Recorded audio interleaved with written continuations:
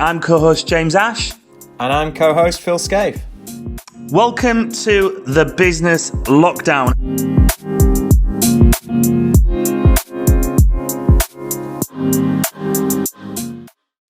Get comfy. Limber up. As we were recording, welcome to today's show. Paul Gibson, welcome back. First was on episode 2, end of March. So I dare say some things have changed since you joined us last, and that was your first episode. Welcome to today's show, mate. Cheers, buddy. Yeah. Welcome back, Paul. Cheers, lads. For those that did capture episode 2 with Paul, you'll know he's got a lot to give, a lot of value, very open and honest and transparent, and we expect nothing different today. Got glasses ranges, fan frames, joyous monocle madness, to name a few. So we'll be looking forward to first of all finding out how have the last 3 months been for you, mate? That's a bit of a broad question. I mean, we'll just sit back and let you answer that now. I can do that. Well, I can actually remember the conversation pretty well, because we was I think I'd said the phrase, well, later on tonight we're probably gonna be locked down, and then I think it was literally it wasn't that night. I think it was the day after we was locked down, and I was sat in here. I'd already made the decision for us to lock down anyway, and I kept 2 of us employed, myself and Nick, and I furloughed 2 staff, which was our then apprentice and my father-in-law, who picks and packs for us. So 4 of us, so 2 off and 2 off us such on furlough, and 2 of us were working from home. And I did what I normally do and thought, great, I can really delve into the programming side of the Joyous website, because I wanted to map, as an optician, I wanted to map in a form that people could answer the questions on the form, and it would recommend them the ideal product, be it based on the prescription, what they wanted them for, and then show them the price immediately in the cart. The reason I want to do that is that entire industry does it in a really convoluted way. It's probably a 20-click process, 4 or 5 different pages before you've even got a product and a price, and you're asking the customer to choose when they've no knowledge in that industry at all. So it's like us 4 going to the car garage, and they put it up on the ramp and they start talking about all these technical terms, and then you pick your brake pads, you tie it, you ain't got a clue. And that's what my industry is asking the customers to do. And then we all wonder why 4% of that market is only online at the moment. So me seeing that opportunity of the time off, no distractions, and I'd sort of got into that space anyway with a bit of programming and stuff. Thought, right, I'll go deep in. And my wife, bless her, let me do that in the front room, and just left me. She knows I'm happy when I'm doing stuff like that. And I think it took me the best part 6 or 7 weeks to get it absolutely fine-tuned. So I spent pretty much 5 or 6 weeks doing that, communicating with Nick, because she was handling we were still getting customer queries and questions and orders. I didn't believe we'd get orders through that period digitally, but we was. And it got to such a point, I think 6 or 7 weeks in, I almost felt guilty that we was taking money from people, and we weren't really giving them a date when we was going to ship the products out. So I thought, and I had to come in and do some NDA tax stuff. And for someone like me, it's not the most exciting thing in the world, but you've got to do it. And I was in for a day on my own, and I thought, I drove in, there was no traffic. I thought, this is good. I was in the city centre in about 10 minutes flat, parked up. Unbeknownst to me, it was free parking on George Street. I paid for parking for a week. What a mug. I quickly righted that one. For an optometrist, I wasn't very observant, because on the front of the car park it said it's free. And all the COVID notices around, but I didn't see it. Should have had my glasses on. Anyway, so I was in on my own, and I went home to Jem and I went, I'm going to start going in and getting the orders out. Because at that point, I felt it was safe. I literally didn't see another soul. It was like the apocalypse when I got on George Street. No one. So I thought, well, it's safe, and I touched the door and washed my hands as soon as I came up, made a cup of tea and washed my hands, all of that. I was totally into all of that then. And then started actually getting the orders out. And I don't know if you saw it, but I did a bit of a comedy video because I was in one Friday. I had no one to talk to. I didn't put the radio on. I thought, I've wanted to do this for ages, is film the process for when an order comes in to when it ships out the door at the end of the day. And because I had some time on my hands, I just flipped my phone and did it. And I put some Benny Hill music to it and speeded it up and tried to make it of value and informative, but not taking it too seriously. And halfway through, I'd sort of thanked all of the customers for ordering. There was about 30 orders that first day that I came back in, and I just sat and thanked every one of them.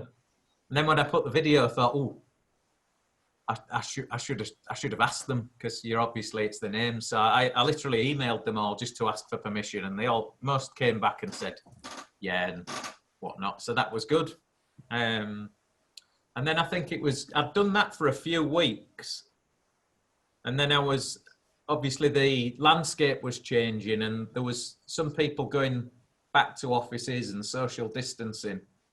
And I just, because myself and Nick, as you know, you've both been in, I've got my own space, shut the door and keep away from me. That's probably good advice for anyone. And Nick's like 5-6 meters away anyway. So we came back in and started getting orders out, and we was getting to a point where if we didn't, it was starting to look dicey for us, us going into it really heavily and going, yeah, we're going to get through this, and no matter what, and if it doesn't work out, then so what, I'll start again. But for me, I'll be completely honest, I said I don't fear anything, but I was starting to think, well, if we don't get up and running, we're not going to survive this. So it was really that turned it for me. I don't want to say bye-bye to 9 years hard work in effect. So we came back and we did the social dance for a few weeks, and then the pod thing came in, and we felt pretty secure. So we was making each other a cup of tea and sitting and having a biscuit and all those normal things. And now it just, thankfully, it feels normal again, but there's still only 2 of us in. I've got 2 on furlough to save the business in effect. We're at a low capacity. We don't really need them in. And I feel for our apprentice, Cam, bless him, because he got his certificate of qualification. He's been doing it hard for 2 years, hard work, and his certificate landed on his desk, bless him. And he's not in. We haven't celebrated it. It's so for everybody individually, it's difficult, isn't it? It's been very strange. I can't say it feels totally back to normal, to be honest. I've had some good news with one of our biggest retailers. They've confirmed with us that they're happy to run for another couple of years, which is, that's nice and secure. But we've, in effect, because they take orders 3 months up front, but they had a backlog of stock for 3 months. In effect, we've lost 6 months of business, which is which is a lot, I think. You feel a pinch of that? Yeah, a bit jaded, bit of a pinch. Asking the questions of, if this happens again, how are we going to fare? Is it, all that type of thing, which is on the horizon. I think they've almost guaranteed us in the winter that there's going to be more lockdowns. And if that's the case on a national level, then we've got to think about things very differently. There ain't that many months away if that's going to be the case. I don't think I'd be at home though. I think I'd ride it out myself and come in as normal and keep getting things out. I think I'd have to be honest. I mean, at that stage, I'd have to, and I think the next rollout, I keep saying it for a few weeks, but it's happening now, innit? We're seeing the impact and the job losses all over the country at the moment. The likes of Boots and John Lewis, massive companies been affected, and I like to think I run a tight ship and I look as far forward and I don't take cash out the business readily, and keep things safe and ticking over. And if you was living month to month or just a couple of months, then I wouldn't like to think of I think there's a quote, isn't there, of 12 million jobless figures by September, October. I couldn't tell you what the highest has ever been, but I don't think we've ever been anywhere near that. It's I don't know. How has it affected you, Phil? You've Yeah, I mean, we're in a few different industries, and so obviously we're in serviced offices, which is a ghost town, and I believe that we've all been working from home, and we're all ready to get back to a safe working environment somewhere, but it's not happening yet. We're not seeing like a spike in inquiries and things. We've had people leave and it hasn't been replaced yet. So that's a sort of like a reshape of that business model. The salons have just opened, but our new 100% capacity is about 25% capacity of what we know, which, that massively, if that doesn't change before the furlough scheme runs out, obviously that has implications. And it's, there's all sorts of things in the legislation, in the way that we're now doing things, that you just don't think about. One of them being, which just came to light this morning, is dehydration. So we've got a member of the team who's ill, and it's because, and apparently this is quite common, you wear your PPE all day, and that somehow increases dehydration, and it, because of the bit of the rigmarole with like taking drinks and things like that, people reduce their intake, right, and they've got this done, so they haven't got a natural oxygen going backwards and forwards, and it's not good for you. And so, especially if you're not used to that sort of day in day out work, it can affect you. So straight away, that will mean that like members of the team will have increased levels of sickness potentially, and so it's a completely new version of an industry that we thought we knew, having to be done a different way. So I think there's sectors that have managed to, obviously with the media team, we've done a big pivot, haven't we, James? And we've sort of like, we've found what we need to be doing and how to best serve people. And that's done really, really well. But there's I think it's just difficult to be confident, and it's difficult. Things are out of your control, and it's difficult to be confident, and then you start questioning things.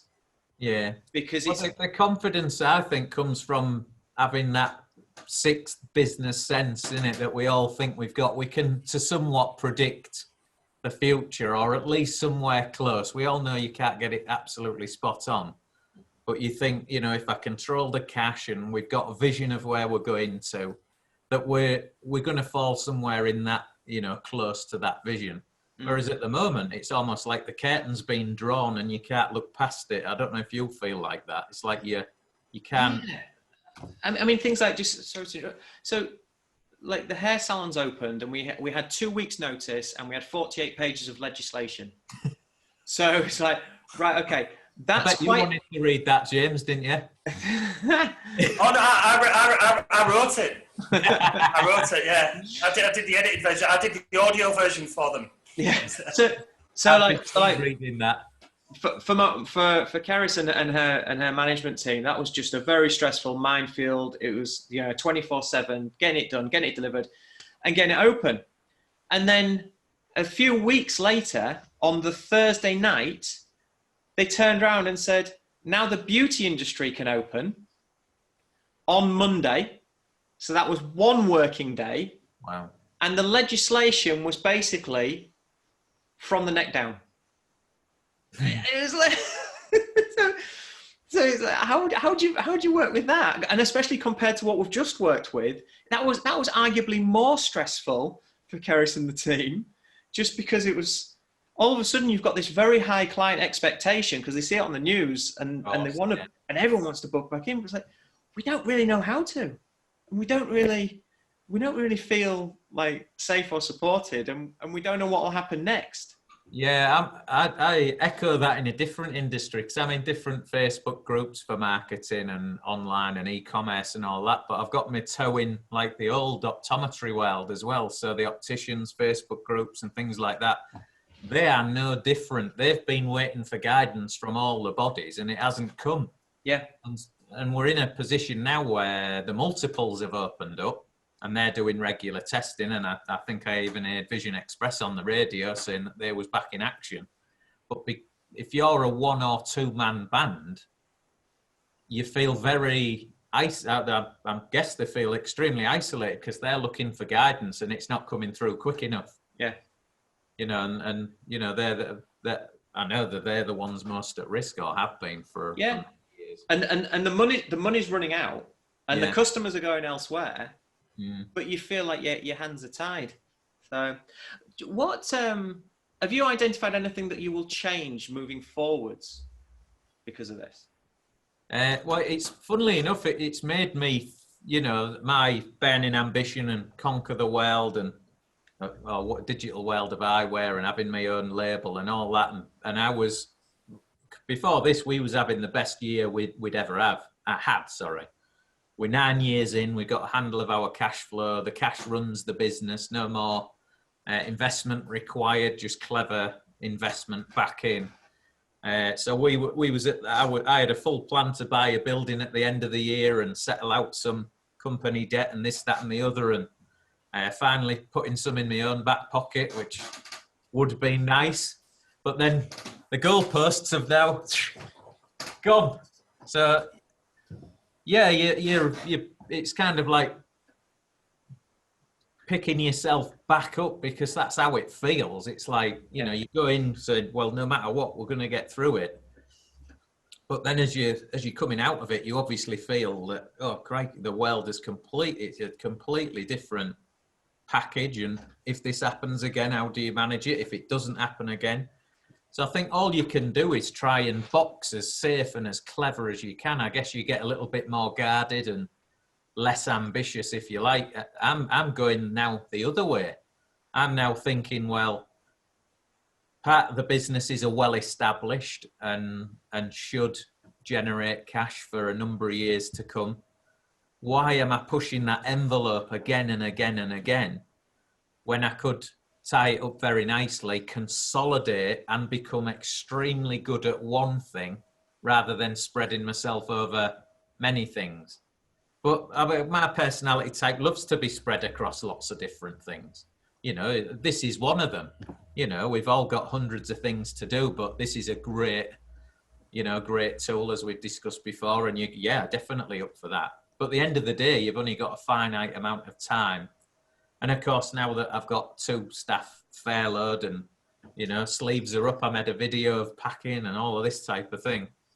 You just think, well, to keep this safe, I'm better being good at a smaller amount of things than being, you know, spread over many. And it's funny because that's what's got us here. And I'm sure many businesses come up for that, and I've read that they do come up for the same challenge, irrespective of what's just happened. Is what's got you here ain't going to get you to the next spot. And I think that has sped that process up for me.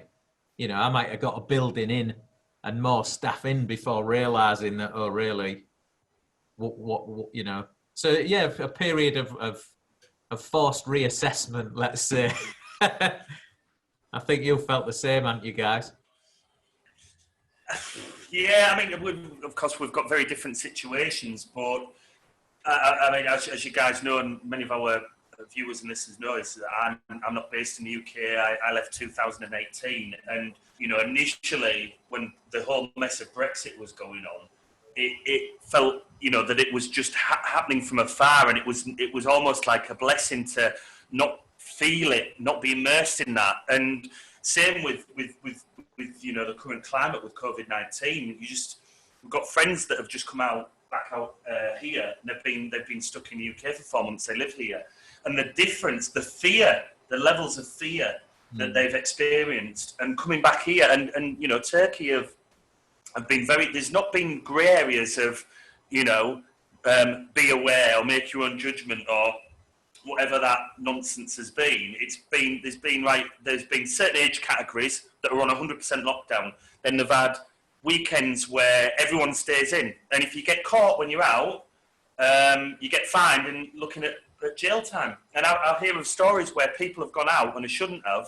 You know, say the over 65s have to stay in, and the cars have been impounded and big fines. Wow. So it's just like, but because of that, people don't mess around. Like you don't mess around with it. Whereas you look at the UK, I mean, Dominic Cummings, I don't think he helped. He helped the matter. I mean, just what a joke. So from afar, it's almost been, you know, the sun is shining, which is a big game changer, of course. So you can still go out for runs. There's been, you know, you're having to wear masks and stuff like that, but at least you're getting a very clear message about what's to be done and not. And it just seems a bit bonkers. I mean, we discussed a variety of things before we press the record button, and I mean, what's your take on the now in the UK? You know, how are you guys feeling about it now? Because it's certainly come through a process, which, as you know, some would say has verged on the ridiculous at times, and now it's again mixed messages. There's things that have been implemented, but if they're that important, why not be implemented now rather than wait 2 weeks? And it's just crazy. And certain businesses are all right to open, but others aren't. But what's the difference in risk? It's just, I don't know. It just seems crazy. I mean, how are you guys feeling about it now? Do you feel very different now compared to before? I think, Paul, you alluded to the fact that, you know, you were washing their hands, you were keeping all this distance and stuff, and it seems that now that isn't the case. I think there was no other choice at the time with how it was presented to act. You had to act safely. No one knew what it was or what was going on. But for me, the last 5 weeks of mass media for me, so, you know, TV, radio, even the digital banners as you drive into the city, I've opted out, if I'm honest. And I think that how often, everybody's going to laugh, I hope, when you say this, how often would you normally switch your TV on and listen to the government for advice on how to go about your day? You wouldn't. You'd go, get lost. Well, I'm in that frame of mind, quite literally.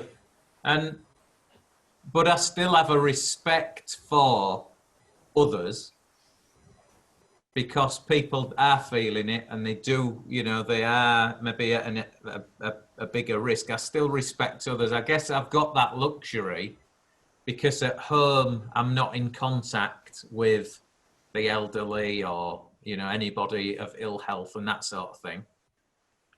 And I'm in a private office where we don't even have customers or clients coming in, and we've got social space anyway. So I probably count myself extremely lucky for that because I can get, you know, I've got away from it really for my own sanity. You know, I mean, being locked in a house, well, not completely locked because I was going out for runs and I was doing my project and all of that thing. But at the end of the day, it's abnormal for us all. We're humans. You need human interaction and social contact. You know, you need to be able to see the whites of people's eyes. We've all missed hugs, you know, and just checking your 3 months. I was 3 months before I was 3 months without giving someone a hug, and I had a day, and there's my mate, and we just were so happy to see each other. Yeah. We just like that, and it was a proper hug as well. Well, that's like you just realise how much you miss that. Yeah, sorry, James. Yeah, that's the discussion in it. Is the mental health aspect of it. Well, I grew up with I don't know. I can't believe I'm talking about this, but I grew up with a budgie and like a parakeet, like a cockatiel. And you put a mirror in the cage, otherwise they pluck the feathers out. you know, because they haven't got social contact. They're a social animal, and they pluck their own feathers out, and it's obviously a depression because they're alone. You know, I mean, again, I'm thankful that, you know, I've got a wife and kids at home, so you've got things to take your mind off things, and luckily we all get on, and it's a nice environment. But I know, speaking to my next door neighbour, that there's a lot of households that don't have that luxury, and, you know, domestic abuse is on the rise. My wife teaches, so she knows that the at-risk kids in the schooling environment are at, I can't even comprehend, they're more at risk at home than they are at school. I always felt the other way, you know, but that's a reality, and they haven't had that outlet. And, you know, so I think the government openly says they're expecting between 150 and 200,000 deaths based purely on locking the population down, nothing to do with COVID. So that's the repercussion of just locking down. So yeah, it's and then you feel on every other angle in the past that you just quarantine the sick, and that obviously you start weighing things up, and you look to it yourself and not just direct from the mainstream media, and start asking some questions. And well, as will come out in the wash when they do the investigations and all of that was it wise for us to lock a population down? It certainly economically doesn't look like it. And if it's on a mental health aspect and general health, then we need to somehow act differently. I'm not the Messiah. I don't know what that solution is, but we certainly need to look at it differently, I think. And we spoke that you know, I left the UK a couple of years ago, and I know, Phil, you and your family have always looked at having a year abroad and having that experience as a family. And speaking with you yesterday, Paul, you're now thinking the same. I mean, how does, you know, can you tell our audience, our listeners, our viewers, how are you guys feeling about that? What are those conversations like in your household and taking place, and why? How is that? Has that accelerated, or is this something completely new about the idea of doing something, being in the sunshine, being away from the UK? Yeah, how does that look with both of you? So, well, from my point of view, we've had these conversations on and off for quite a while, and my wife Keris, she spent a lot of time growing up, moving around in different countries and that because of her dad's job. And so it's always been on our radar. And I think now we've just finding less and less excuses to not take the action. And we're finding that there's too much sort of like regret that would build up, that if we were to look back and not to have tried it. There's all sorts of factors that have come out because of this. Like, I just feel like our country's leadership has been very reactive, and I've lost a lot of faith, which I genuinely did have prior to this. And also I've reevaluated the education requirements, what education is and what the requirements are for my 3 kids. And I'm personally not sure that a UK school curriculum is delivering exactly what I believe in now, for my kids, having spent like 3 or 4 months working with some form of homeschooling and just working on seeing where their growth points are and what their actual true passions are, and actually what direction I think they really kind of want to head in. So yeah, it will happen for us at the right time within the next, I would guess, 12 to 24 months. So yeah, but yes, but Paul, how about you? How have you found? Like yeah, we've got a couple of things like that. Well, before me and Jem got together, and before I did all of this, and even going to university in, I think, was it 2002? I was looking at working out in Australia as in the opticians out there, just to experience it. it was something I was actually looking at then. So there's always been something there, you know. I didn't travel massively as a kid. I think the first foreign holiday was when my granddad worked on the dock and he retired. And with his retirement, he took 14 of us out to Malia in Greece, and that was my first foreign holiday at 14. Oh, it was like the lap of luxury to me. 14, and you're allowed to go drinking. Wow. There's blonde hair and blue-eyed girls in the bars there. But it's interesting that, because Phil and I were speaking about this, is that when you've got a certain level of nostalgia associated with going overseas and the good weather and how you feel and the different culture and the food and the lifestyle and all of that, and I think that's always been a big driver for me to think about, like, well, why don't I just, if I feel like that for a week or two, or if I've got, you know, advantage of taking more time a year, why not live in that environment and feel that, if you know, and carve your path that way. Yeah. You're Jem's brother's in Barcelona. So That's right. Jem's in Barcelona. He works for Google out there. He's been there, I think, just over a year now. Obviously, we've been to see him. We haven't seen him for about a year now. We was going to go and see them before this, obviously. So that, yeah, we've got that. Jem's mum and dad, they did something really revolutionary as such for their early 50s. They worked for tour operators like young kids do. You know, doing a bit of the airport go-betweens. Paul taught swimming around the pool in the 50s.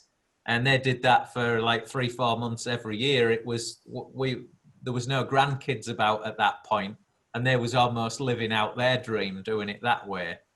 But he's coming up for retirement, and he's obviously thinking, you know, they don't want to spend the winters here, and they've got some grandkids out in Barcelona. They're thinking of somewhere close by there for, you know, a number of months a year, and so they can live a dual life, so to speak.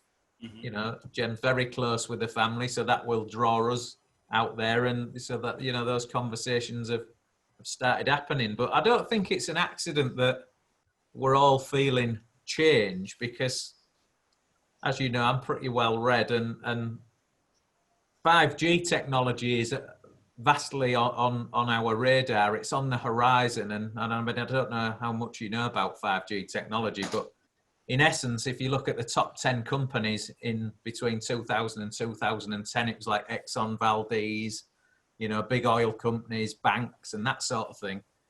And 4G technology swapped that to Amazon, Facebook, and the likes that we all regard as the massive, almost $1 trillion businesses now. And that's within the last 10 years. 5G is 100 times as revolutionary of a concept and technology than 4G was.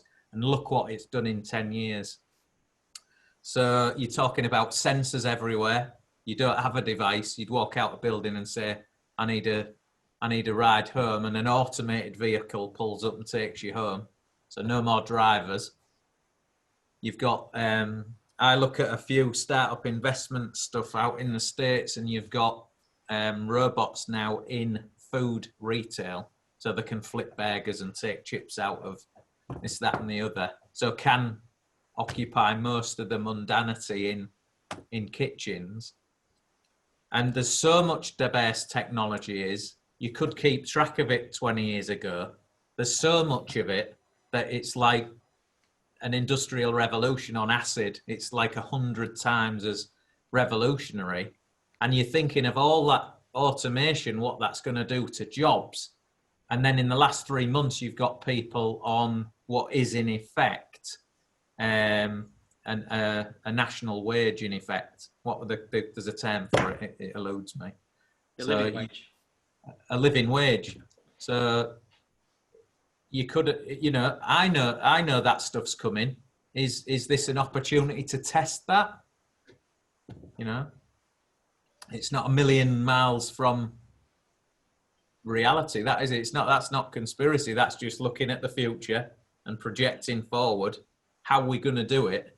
Because if you don't give a national wage to people or a level of income, then it's chaos, isn't it? And we can't descend there. So has it been an opportunity to do that? Maybe. Is it coming? Almost definitely. If you want to invest in anything, that's our future. But when that massive change is going on, you feel it in different regards. We're all human. You know, I don't know how you feel about a one consciousness and all that sort of thing. I always think if you have an idea, a million other people have had the same and almost have always raced against that concept. You know, 8 billion on the planet, that's a lot of people with the same ideas. So there's always that race to do it first. I've always thought like that. So there's very, very fast, quick, massive change happening all around us that no one person can keep track of. So take the CRISPR, you can literally cancel out your own genes and develop body parts in. They can do it now, and it's open access.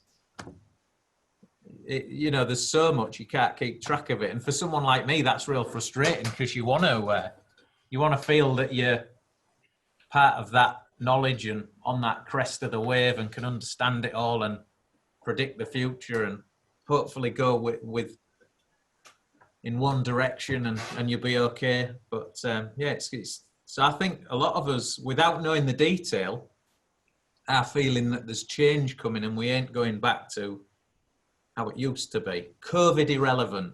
Take that out of the equation. The rapid change technologically. I can't remember every year the technology doubles. I can't quote that verbatim right now, but yeah, it's coming. That sort of thing is coming. And if you you only got to look at how you can see how governments invest the money. And if you look at stock price on Amazon, Facebook, despite hundreds of companies ripping the money away from Facebook, its value is holding fast because they've just done Facebook shops with Shopify, and that's really the first competition Amazon's ever going to have in that space, and it's real competition, I think. Everybody's investing in that new technology, 5G, digital sales, social media.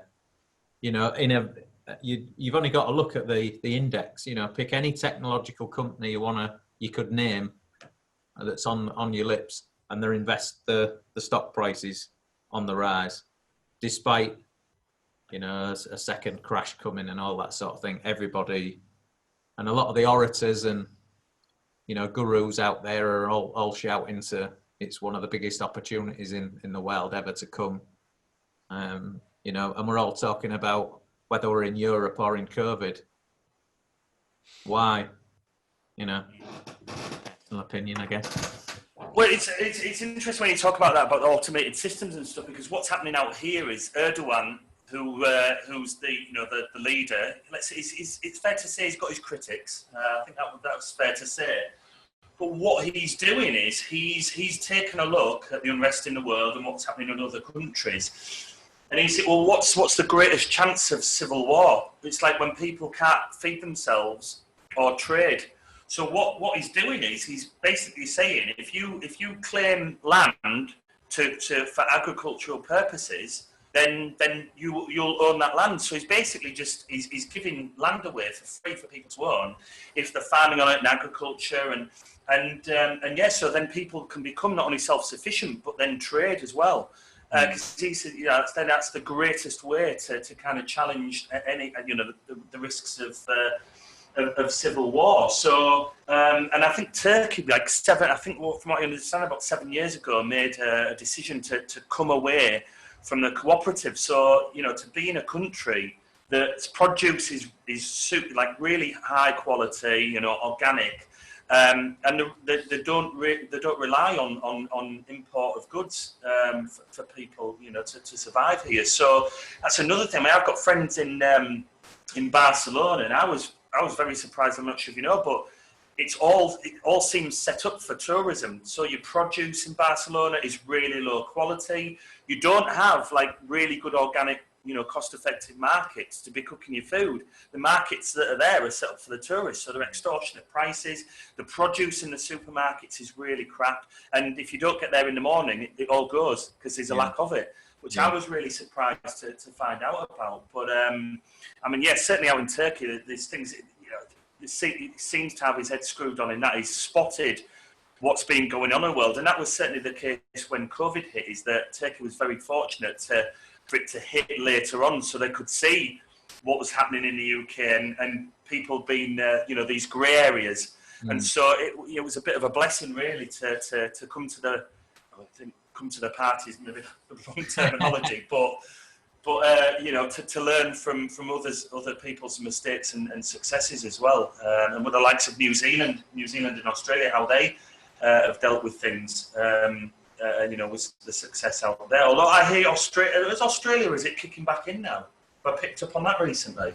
Yeah, it hasn't. In the southeast, they've just locked down one of the counties or states. They've locked down the border, haven't they? And I think Melbourne is the hotspot at the moment.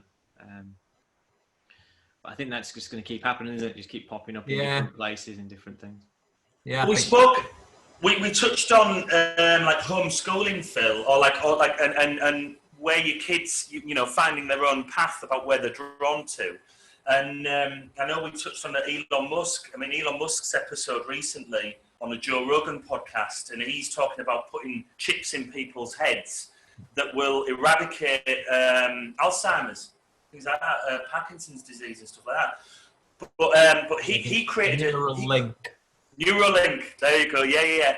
But he created a school for his kids, so it's like he's got that mind, and so he created a school for his kids and other children, and it's purely based on where their interests are channeled, where they're directed towards, where their passions are, and so I think there's certainly something about that and about the normal career. Don't get me wrong, if you're going to be a doctor or a lawyer, you're gonna go down the university route and whatnot. But that whole kind of finding your own path and testing out what's right for you and coming away from this structured kind of like one size fits all curriculum.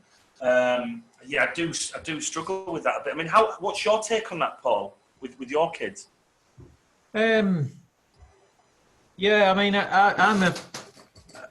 it's fun. It's obviously my wife's a teacher, so you need a structure and you need a basic form of education, and you need peer-to-peer contact.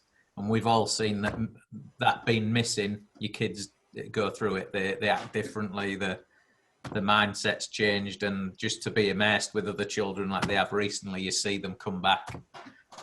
So you're always going to need that structure of a basic form of education, but you always go back to, the working world, as employers, if you're going to employ anyone, are you looking for academia or are you looking for different traits and qualities? And yourself, I've learned far more, I've been someone that has gone to university later in life, and even though it was optometry and visual science, it was very, very academic.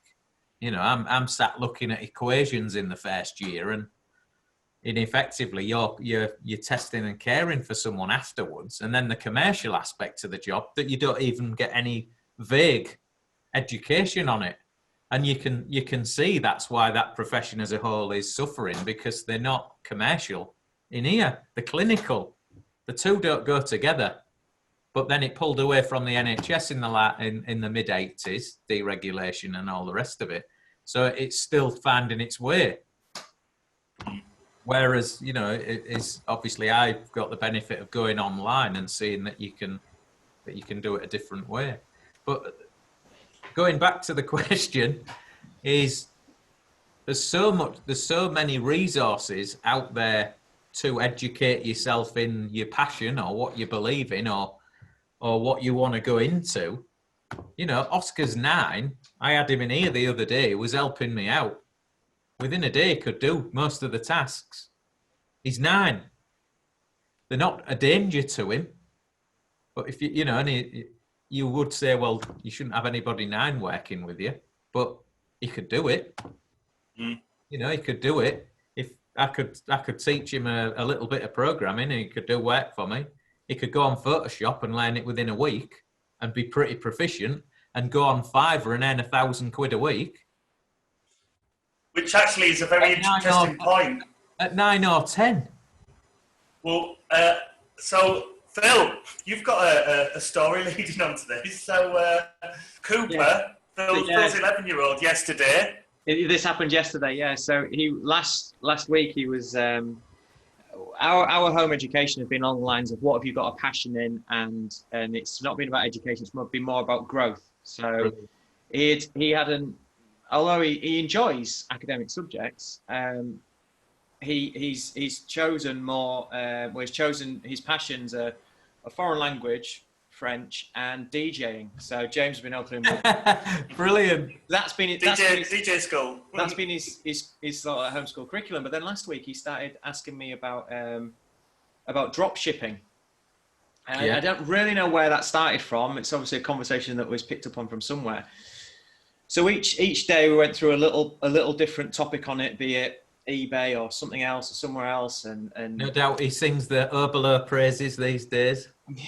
So yesterday I got up with him and we did a spell check on his first listing that he's worked out. He's done the research, worked out where he's getting it from, how much he's selling it for, and what the margin is and everything. And he went off to play football, and he came back 2 hours later and he'd sold all 10 of his units and made himself a couple £100. So it's like you start to think like it's more about sort of, this is you to a T, but it's more about sort of like bias psychology and about people and about understanding what people want and when they want it, more than, I mean, that's how life works, more than like academic subjects. And I think so yeah, like you say, you've had your lad come in and work in your place, and he can do it, and he could very easily become proficient in Photoshop and things like that. And it was very hard for me to say you can't come in this week. Yeah, he literally wanted to come in. But the most important thing, and we've all used the word in this, is it starts with passion. And because there's so many resources out there all over the place that if you start with passion, you can find the education resource and you can find, the growth points as long as it comes from within. And that's, I think that's a sort of like a key part of like a mass school curriculum that's one size fits all across the board is the bit that I struggle with, because it's not pulling a child's passion out of them to help them. That's just where that's just the legacy of a schooling system that was required for industrial times, isn't it? Yeah, to fill a factory. Yeah, absolutely. Yeah. Oh, yeah. Exactly. Yeah. Gents, like on that note, quick one before you go. I'm turning into the interviewer. Is that an aura ring you're wearing? It is an aura ring, yeah, absolutely, because my sleep was battered through this. And how have you found it? It's brilliant because it's data and it's a score. And it's something to chase. Yeah. Yeah, absolutely. For those that don't know what an aura ring is, it tracks your sleep and it gives you a score for how ready you are for the day, how good your sleep was based on all these different points. Didn't realize it's all about your heart rate. Your heart rate coming down for the quality. Have you got one?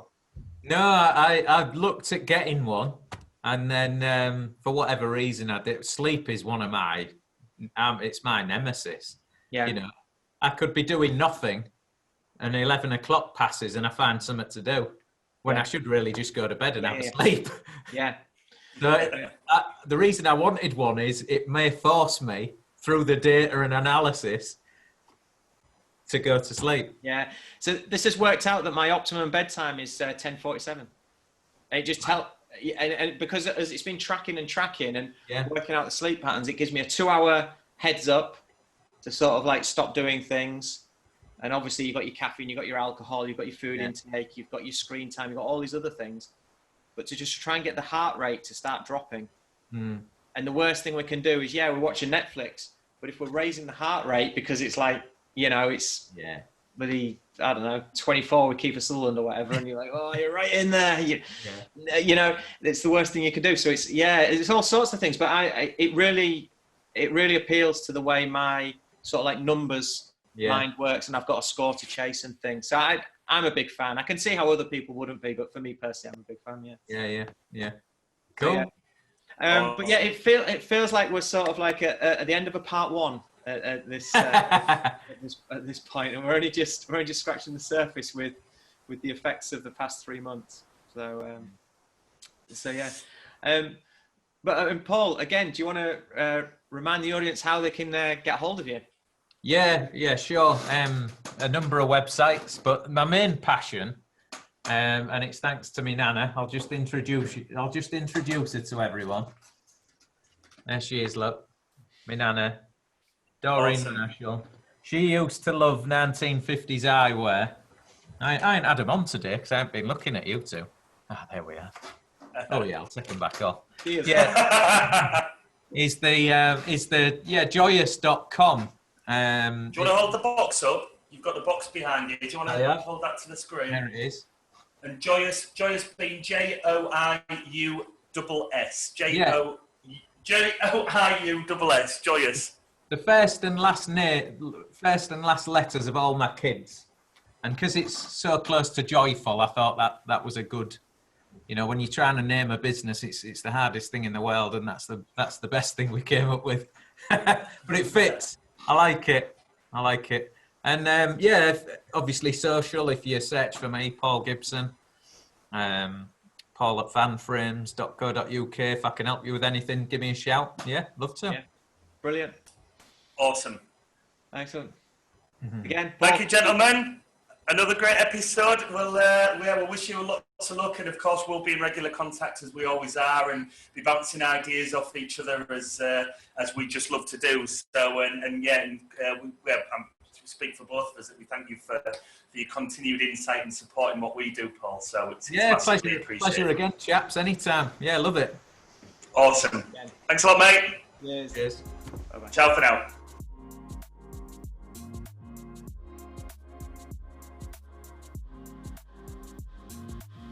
Thank you so much for joining us on the Business Lockdown. Please comment, like, share and subscribe to help build our global community.